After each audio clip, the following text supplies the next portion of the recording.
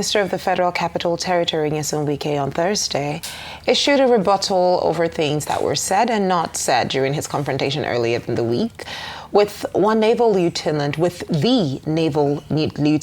A.M. Yerima, over a disputed land in Abuja. The said property was linked to a former chief of naval staff.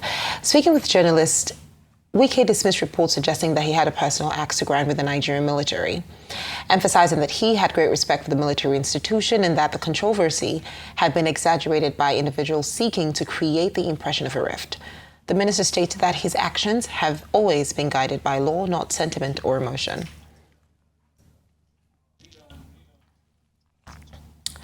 Arise News analyst Dayo Sobowale joins us now to discuss this face-off and the need for greater decorum from public office holders in the discharge of their responsibilities. Good afternoon, Mr. Dayo Sobowale. Thank you for joining us. Good afternoon. It's a pleasure being here.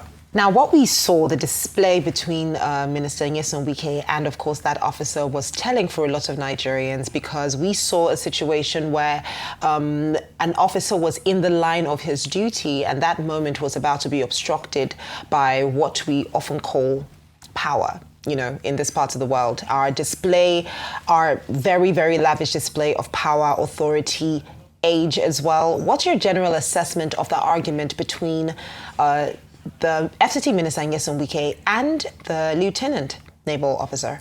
Well, it's a dangerous situation. It's a dangerous situation. Because we are not in a diarchy. When you have a diarchy, which was what Nnamdi Azikiwe proposed some time ago in the thick of military rule, for stability, that we can have a diarchy, but it was roundly rejected. A diarchy is a political arrangement where you have both the military and the civilian running the government. We are not in that. This is a democracy. And you can see from the video that, as usual, Wike was very brash and assertive, arrogant, and authoritative, but the officer was calm. And collected. But then, you see, we are in a democracy. We are in a democracy. And the military is under civilian authority. If the officer is representing the commander-in-chief of the armed forces, Wike too is representing the commander-in-chief of the armed forces. And let me tell you this. Given the reaction of members of the cabinet, the same cabinet with Wike, and the reactions of so many interested people, including a former head of the army, you could see that this was a setup for Wike.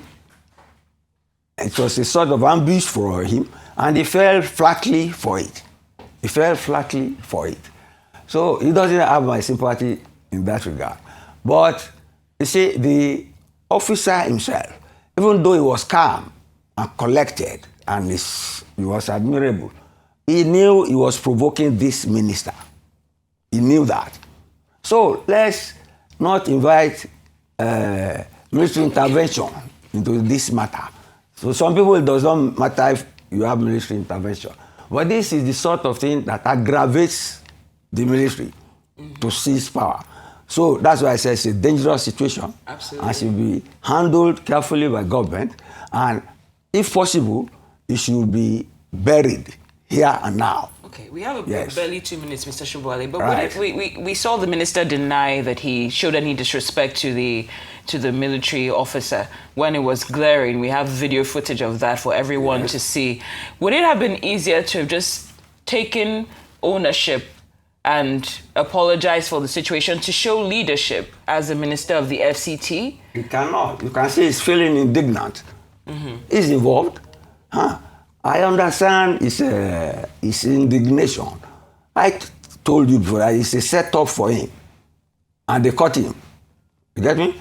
And he cannot apologize. And you cannot expect the army or the military to apologize. In fact, they are defending their own. They are defending their own. And that's why I'm telling you, it's a situation that is best put behind us and buried. Because it can escalate into political political tension and create military intervention, which nobody wants.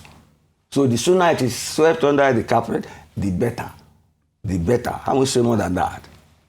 All right. Well, thank you, Mr. Sobowale. I think it's also worth mentioning that, our troops sacrifice their lives for us every day, especially now that insecurity is at an all-time high. It's very important that we show them the respect that they deserve for the sacrifice they make for this country. Well, you are on the side of the military. No, I'm stating respect for our troops. That's all I'm saying. But thank you so much, of course, for your insight, Mr. Dayo Sobowale.